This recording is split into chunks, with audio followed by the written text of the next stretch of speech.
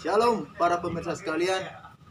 Selamat berjumpa lagi dalam acara menggali kebenaran firman Tuhan bersama dengan saya Alfredo de Samosir dan Bapak Gunter Sianturi dalam acara membahas firman Tuhan dengan tema bolehkah orang percaya kaya? Shalom Bapak Gunter Sianturi. Shalom. Puji Tuhan ya Pak ya, kabar Ya. sukacita hari ini. Begini Pak, dengan tema firman Tuhan, bolehkah orang percaya kaya? Saya akan berikan kepada Bapak beberapa pertanyaan. Begini Pak, pertanyaan pertama, apakah kaya itu? Mohon penjelasan dari Bapak. Baik, Iya. menurut Kamus Besar Bahasa Indonesia, kaya itu didefinisikan banyak hartanya. Iya. Jadi mungkin ada motornya berapa, ada hotelnya, ada perusahaannya, bisa pabrik, ya, bisa ada hotel, bisa ada perusahaan tambang dan sebagainya, kebun kelapa sawit yang luas, ya, Iya Pak. itulah kaya. Iya. Nah, itu definisinya kaya. Definisi tadi Pak ya. Pertanyaan nomor 2, begini Pak. Berapakah ukuran harta disebut kaya itu Pak? Ya, ini macam-macam. Kalau di negara-negara maju seperti Amerika, hasil survei itu jika dihitung hartanya itu berjumlah sampai 32 M, itu disebut kaya. Tapi kalau di Indonesia itu dihitung ya sekitar 9 miliar. Nah, tapi bukan itu yang kita maksud. Kaya yang kita maksud di sini adalah lebih hartanya dari kebutuhan sehari-hari. Nah, itulah. Jadi misalnya kebutuhan sehari-hari berapa, kebutuhan anak dan sebagainya berapa, tapi harta masih lebih. Artinya masih terkumpul banyak. Jadi ada yang tersisa belum terpakai, baik harian maupun bulanan sampai tahunan barangkali. Nah, itulah yang kita maksud. Ya. Ya, pertanyaan untuk nomor 2 tadi ya. Ya. Nomor 3 pertanyaannya begini Pak. Mungkinkah orang bisa kaya kalau dihubungkan dengan kondisi atau situasi seperti saat ini, seperti sulit mendapatkan pekerjaan, bahkan dipecat atau di PHK karena COVID-19 atau virus corona? Bagaimana Pak penjelasan dari Bapak? Mohon Pak. Baik, memang dalam situasi seperti sekarang ini, Iya. di mana COVID, jadi ada pembatasan di sana sini, baik perusahaan juga mengalami naik turun. Ya, perusahaan ada yang perusahaan restoran misalnya, karena yang datang sudah semakin berkurang, ya itu membuat mereka membatasi karyawan. Ya, kemudian kalau perusahaan pun karena yang membeli itu juga tidak banyak, maka produksinya juga berkurang, maka terjadi juga pembatasan karyawan. Di sisi lain, sulit saat ini untuk mendapat pekerjaan. Ya, untuk bisa kaya kan harus ada pekerjaan, lalu gaji besar, lalu kemudian bisa kaya. Nah, kerjaan sekarang sulit. Misalnya seperti di kota Medan itu sekarang berapa pengangguran? Jumlah angkatan kerja tahun 2020 ya sekitar 639.000. Jumlah pencari kerja itu sekitar 4.659 orang. Lowongan kerja yang ada sekitar 1.293 lowongan. Pengangguran sekitar 92.437 orang. Itu dari penduduk Medan sekitar 2.524.321 jiwa. Ini baru Medan yang kita bikin contoh. Ya, jadi kalau Indonesia, dunia misalnya, pasti banyak mengalami penurunan dan sulit. Misalnya barang-barang sulit lakunya, persaingan semakin ketat. Saya bikin contoh misalnya seperti di Jalan Pelitanan itu, dalam jalan sekitar panjang 300 meter, itu yang bikin dorsmir ada 13 dorsmir. Ya pasti pelanggan sedikit, ya tentu pendapatan perharinya pun juga akan sedikit. Jadi menurut saya pada situasi seperti sekarang ini sangat sulitlah orang bisa kaya karena keadaan seperti ini. Begitu kira-kira Samosir. Ya. Pertanyaan nomor 4, ini Pak. Mungkinkah orang bisa kaya bila bekerja di dalam kebenaran Tuhan, Ya. firman Tuhan. Iya. Nah, sekarang kita akan kaji Iya.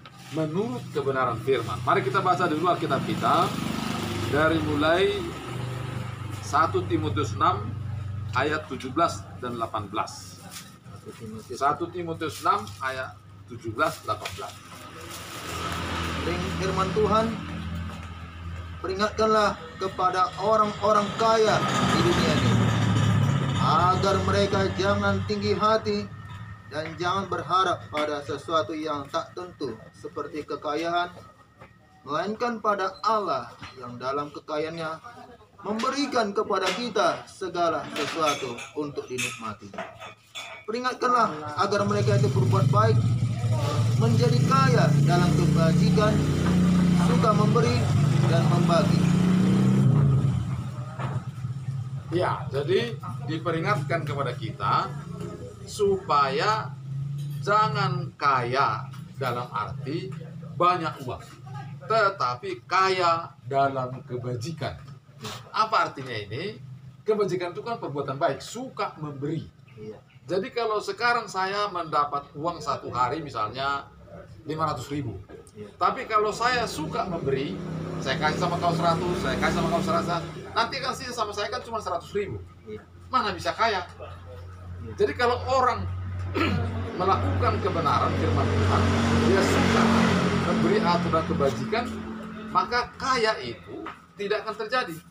Karena apa? Karena tidak terkumpul. Kaya itu kan karena terkumpul dia uang sehingga bisa dihitung, bisa kelihatan. Tapi kalau suka memberi, kan nggak ada lagi punya saya, sehingga tidak akan mungkin kaya. Nah, baca lagi 2 Korintus 8 ayat 13 dan 14. 2 Korintus pasal 8 ayat 13 dan 14. Sebab kamu dibebani bukanlah supaya orang-orang lain mendapatkan keringanan, tetapi supaya ada keseimbangan. Maka hendaklah sekarang ini kelebihan kamu mencukupkan kekurangan mereka, agar kelebihan mereka kemudian mencukupkan kekurangan kamu, Ya. supaya ada keseimbangan. Iya, jadi prinsip kebenaran menurut Tuhan adalah keseimbangan. Jadi orang yang mendapat banyak, ada orang mendapat sedikit, dia harus subsidi ke sini. Jadi ini naik, ini turun, sehingga dia seimbang. Tidak bisa ini naik terus karena punya kemampuan untuk bisa naik, sedangkan ini terus di bawah karena tidak punya kemampuan untuk naik. Jadi gapnya cukup besar. Nah, menurut firman Tuhan, nggak boleh begitu. Kamu yang diberkati lalu mendapat banyak, tidak bisa hidup egois. Harus seimbang. Jadi kau harus turun supaya yang turun ini jadi naik. Jadi ada balance, seimbang dia. Nah, jadi tidak mungkin orang bisa kaya kalau misalnya memperhatikan keadaannya dengan orang lain. Dia yang terlalu tinggi itu harus turun ke bawah sehingga yang turun di bawah itu jadi naik. Tapi kalau dia berdiam diri akan banyaklah terkumpul hartanya tanpa memperdulikan orang lain, itulah yang membuat kaya. Tapi kalau dia benar, maka dia akan turun dan tidak mungkin kaya. Nah, itu sama sih. Kita akan teruskan. Baca lagi dari Kisah Rasul pasal 4 ayat 32. Kisah Para Rasul pasal 4 Ayat 32. ayat 32 ya. Ya. Adapun kumpulan orang yang telah percaya itu, mereka sehati dan sejiwa, dan tidak seorang pun yang berkata bahwa sesuatu dari kepunyaannya adalah miliknya sendiri, tetapi segala sesuatu adalah kepunyaan mereka bersama. Prinsip orang-orang percaya itu adalah milik bersama. Jadi aku berkata ada misalnya apapun punyaku itu milikmu juga. Jadi kalau misalnya kau perlu, maka saya harus memberi.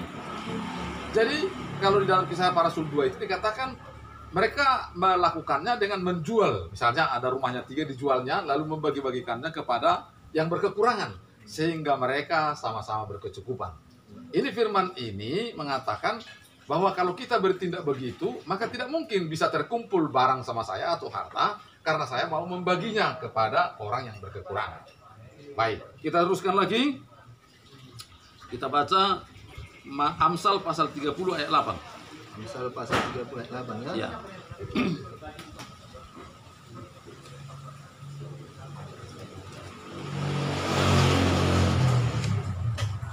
Jauhkanlah daripadaku kecurangan dan kebohongan. Jangan berikan kepadaku kemiskinan atau kekayaan. Biarkanlah aku menikmati makanan yang menjadi bagianku. Ya, ini seorang yang penuh hikmat, Raja Daud berkata, wah, ya aku Raja Salomo tidak terlalu perlu apa itu yang namanya kekayaan. Karena kalau aku kaya nanti aku tidur. Iya. Dan kalau aku miskin nanti aku mencuri. Iya. Jadi yang pantas sama aku ialah cukup. Artinya tidak berkekurangan, tapi tidak lebih dan tidak kurang. Jadi ukuran ialah cukup. Nah, itulah kira-kira tidak kaya. Seorang orang yang berhikmat dalam firman Tuhan ini berkata bahwa jangan aku kaya, tapi juga jangan miskin. Nah, kemudian kita baca lagi 1 Timotius 6 ayat 8. 1 Timotius pasal 6 ayat 8 ya Pak ya. Ya. Asal ada makanan dan pakaian cukuplah. Ya, kan gampang ya. Iya. Asal ada makanan dan pakaian cukuplah. Iya. Itulah prinsip orang-orang percaya pada saat perjanjian baru ini. Jadi kalau sudah cukup makan, cukup minum, sudah ada rumah, sudah sampai situ. Nggak usah lagi perbanyak. Karena ukuran itu sudah jelas dibuat Tuhan. Makanya dalam doa Bapak kami dikatakan bahwa berikanlah kami pada hari ini makanan kami yang secukupnya. Baca lagi Matius 6 ayat 19-20. Matius pasal 6 ya. Ya. Ayat 19 sampai 20. Ya. Janganlah kamu mengumpulkan harta di bumi ngengat dan karat merusakkannya, dan pencuri membongkar serta mencurinya. Tetapi kumpulkanlah bagimu harta di sorga. Di sorga ngengat dan karat tidak merusakkannya, dan pencuri tidak membongkar serta mencurinya. Ya, sampai situ. Jadi ada satu peringatan dari Tuhan, jangan mengumpulkan harta di bumi ini, tapi kumpulkanlah harta di sorga. Artinya gunakanlah segala sesuatu yang kau peroleh untuk kerajaan Tuhan. Katanya karena di sini ada banyak pencuri. Kalau dicuri barangmu nanti kau akan melapor ke polisi.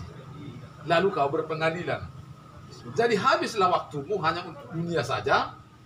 Habislah pikiranmu hanya untuk dunia saja. Pikiranmu habis, uangmu habis hanya untuk dunia. Jadi supaya kau bisa bebas dan mulus di dalam Tuhan, jangan simpan harta di bumi. Itu artinya tidak mungkin bisa kaya. Hanya kaya di sorga.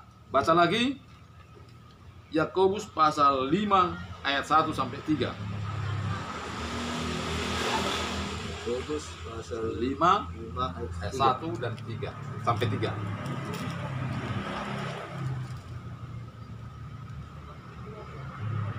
Jadi sekarang hai kamu orang-orang kaya, menangislah dan merataplah atas sengsara yang akan menimpa kamu.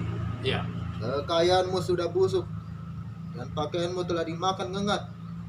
Emas dan perakmu sudah berkarat, dan karatnya akan menjadi kesaksian terhadap kamu dan akan memakan dagingmu seperti api. Ya, sampai situ aja. Jadi ada firman Tuhan berkata, hai orang-orang yang berpunya, orang-orang kaya, janganlah berharap kepada sesuatu yang tidak jelas.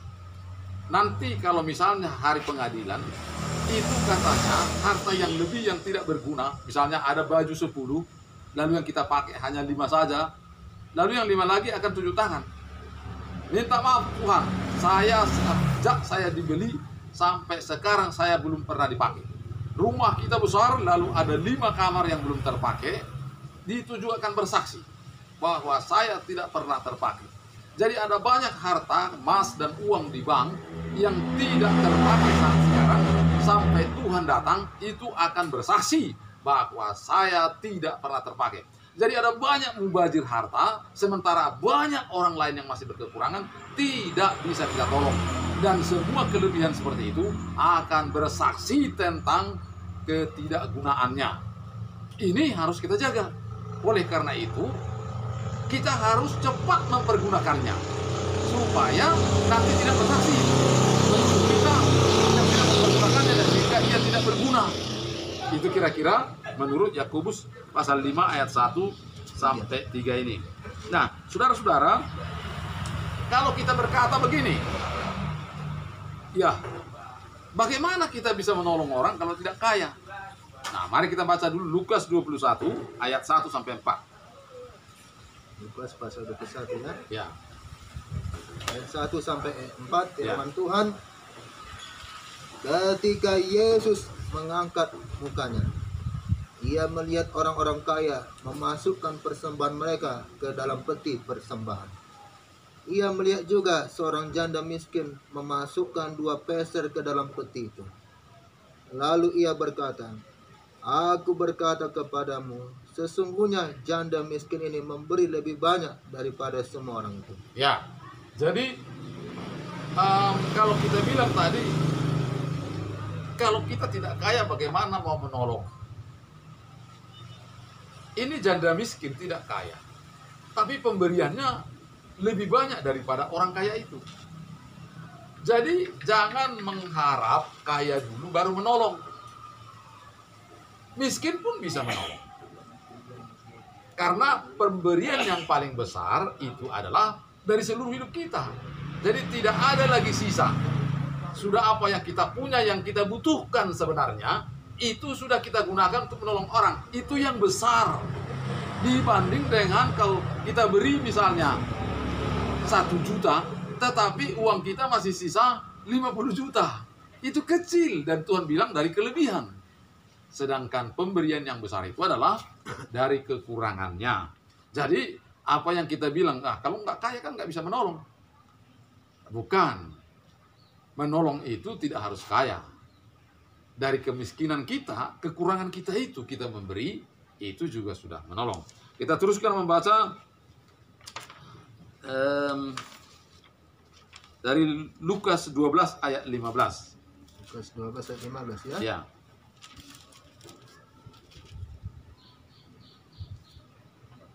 Katanya lagi kepada mereka, "Berjaga-jagalah dan waspadalah terhadap segala ketamakan.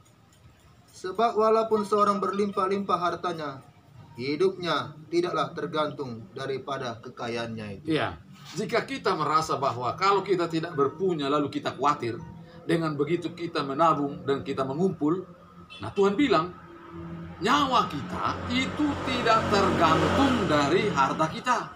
Tidak. Jadi kekhawatiran kita karena kita tidak punya, itu karena kita kurang percaya kepada Tuhan. Bukanlah berarti bahwa kita tidak perlu ada untuk besok. Tetapi yang kita maksud di sini, ada harta kita yang sampai bertahun-tahun berlebih tidak pernah kita gunakan. Ada mobil mungkin tiap hari tak pernah berguna. Ada rumah yang mungkin tak pernah kita gunakan. Ada villa yang mungkin juga tidak pernah kita gunakan. Itulah yang kita maksud di sini, sehingga dikatakan, hai kau orang kaya, bahwa kamu, nyawamu tidak tergantung kepada hartamu. Terus kita baca lagi Yohanes 10 ayat 10. Firman Tuhan, "Pencuri datang hanya untuk mencuri dan membunuh dan membinasakan. Aku datang supaya mereka mempunyai hidup dan mempunyainya di dalam segala kelimpahan." Nah, banyak orang menggunakan ayat ini bahwa ya tidak apa-apa bisa kaya. Kita boleh kaya. Ya, memang boleh ditafsir ke situ bahwa Tuhan mengizinkan kita bisa kaya. Tidak mencela orang kaya. Tetapi dalam beberapa firman Tuhan berkata, ada banyak yang mencela orang kaya. Satu, kepada orang yang disuruh menjual hartanya, tetapi dia tidak mampu karena banyak hartanya lalu pergi. Dia tidak mampu masuk surga karena banyak hartanya, terikat. Itu maka Tuhan bilang, di mana hartamu berada, di situ hatimu berada. Jadi Tuhan bilang, alangkah lebih baik, lebih mungkin unta masuk lubang jarum daripada orang kaya masuk surga. Jadi ikatan harta itu sangat berat, berat sekali. Ingat juga istri Lot. Jadi artinya bukan Tuhan tidak melarang orang bisa kaya, tapi sulit bisa kaya. Dia akan memanfaatkan segala cara, baik halal atau haram, supaya bisa dia dapat duit. Seperti yang kita bilang tadi, bahwa dalam situasi seperti sekarang ini, untuk bisa kaya itu sulit sekali. Jadi kalau orang bisa kaya pada saat seperti sekarang, pasti akan menggunakan cara-cara yang tidak benar. Katakanlah misalnya seperti orang mendapat proyek dari pemerintah. Itu hanya ada untungnya ialah 10% dari jumlah proyek. Kalau 1 miliar berarti 100 juta. Itulah belanja untuk perusahaannya, belanja perusahaannya, gaji-gaji anak buahnya. Tidak akan mungkin bisa kaya. Kalau orang bangun properti misalnya, bagaimana ia mendapat bahan bangunan itu? Tanah, pasir, batu. Apakah ia berjalan dengan benar? Apakah ia benar membangun itu? Tidak ada misalnya mendapat izin, harus suap kepada bupati, sehingga untungnya banyak. Kalau berjalan dengan benar, ya tidak mungkin lah. Ada saya ingat dulu, membangun perumahan di Jalan Padang Bulan, perumahan Kapleri dulu. Sempat dilempari oleh orang-orang kita yang sekitar itu, sampai dibakar, ada mesin gilas, ada traktor. Karena masalah pembebasan lahan. Karena diancam katanya orang-orang di sekitarnya kalau tidak mau, supaya mau menjual rumah yang di depannya. Jadi sampai seperti itu rekayasa-rekayasa daripada pengusaha untuk mendapatkan banyak untung. Ya itulah yang kubilang tadi, kalau orang berjalan seturut firman Tuhan, ya sulitlah untuk kaya. Dan berikutnya kita baca dalam 2 Korintus pasal 8 ayat 9. Tuhan ya, dari 2 Korintus pasal 8 ayat 9. Ya. Karena kamu telah mengenal kasih karunia Tuhan kita Yesus Kristus, bahwa Ia yang oleh karena kamu menjadi miskin, sekalipun Ia kaya, supaya kamu menjadi kaya oleh karena kemiskinan. Ini juga banyak dipakai pada teman-teman untuk melegalkan bahwa ia boleh kaya. Saya juga tidak mengatakan kaya haram. Tetapi bagaimana untuk bisa kaya pada saat seperti sekarang itu sulit. Dan ini berkata bahwa dikatakan di sana Yesus menjadi miskin supaya kita jadi kaya. Ini pasti banyak berhubungan dengan kaya dalam Tuhan. Artinya jiwanya tidak pernah susah, tidak pernah mengeluh. Artinya dia hidup berkelimpahan dalam hal jiwanya yang tenang. Karena kerajaan Allah itu bukan soal makan minum, tapi soal kebenaran, damai sejahtera. Jadi kalau damai sejahtera itu ada dia, itu berarti sudah kaya. Nah saudara-saudara, itulah alasan-alasan kita mengapa berkata bahwa saat sekarang ini sulit orang mencari kaya. Kita baca lagi 1 Korintus pasal 7 ayat 28-29.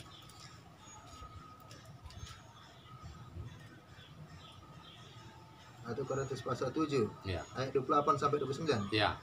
Tetapi kalau engkau kawin, engkau tidak berdosa. Dan kalau seorang gadis kawin, ia tidak berbuat dosa. Tetapi orang-orang yang demikian akan ditimpa kesusahan badani, dan aku mau menghindarkan kamu dari kesusahan itu. Saudara-saudara, inilah yang kumaksudkan, yaitu waktu telah singkat. Karena itu dalam waktu yang masih sisa ini, orang-orang yang beristri harus berlaku seolah-olah mereka tidak beristri, dan orang-orang yang menangis seolah-olah tidak menangis, dan orang-orang yang bergembira seolah-olah tidak bergembira, dan orang-orang yang membeli seolah-olah tidak memiliki apa yang mereka beli. Ya, jadi di sini Tuhan katakan waktu sudah singkat. Jadi kalau dulu Abraham bisa kaya, Ayub bisa kaya, karena masih lama. Yesus pun belum datang sebagai juru selamat. Ini sekarang Yesus sudah bilang, aku akan datang seperti pencuri. Jadi bisa besok datang. Jadi kalau sekarang memikirkan kaya, besok datang Tuhan Yesus, terus itu mau kemana? Jadi orang-orang bijak akan memfokuskan kepada apa yang sedang dipersoalkan oleh Tuhan Yesus, yaitu Tuhan sudah mau datang. Itulah orang-orang bijak, sehingga ia memfokuskan hatinya kepada Tuhan. Jadi sekali lagi, Tuhan tidak mempersoalkan orang kaya atau miskin. Tapi tidak akan mungkin orang bisa kaya saat sekarang, apalagi orang-orang percaya. Demikianlah kira-kira pembahasan kita pada sore hari ini. Sampai ketemu lagi. Nah, saya persilahkan. Demikianlah para pemirsa sekalian, hendaklah kita selalu tertuju kepada Tuhan Yesus Kristus dan memikirkan firman Tuhan serta hal kerajaan surgawi di dalam kehidupan kita. Amin. Akhir kata kami akan berpisah. Selamat berjumpa lagi minggu depan. Salam. Tuhan Yesus Tuhan Kristus Yesus memberkati kita semua. Amin.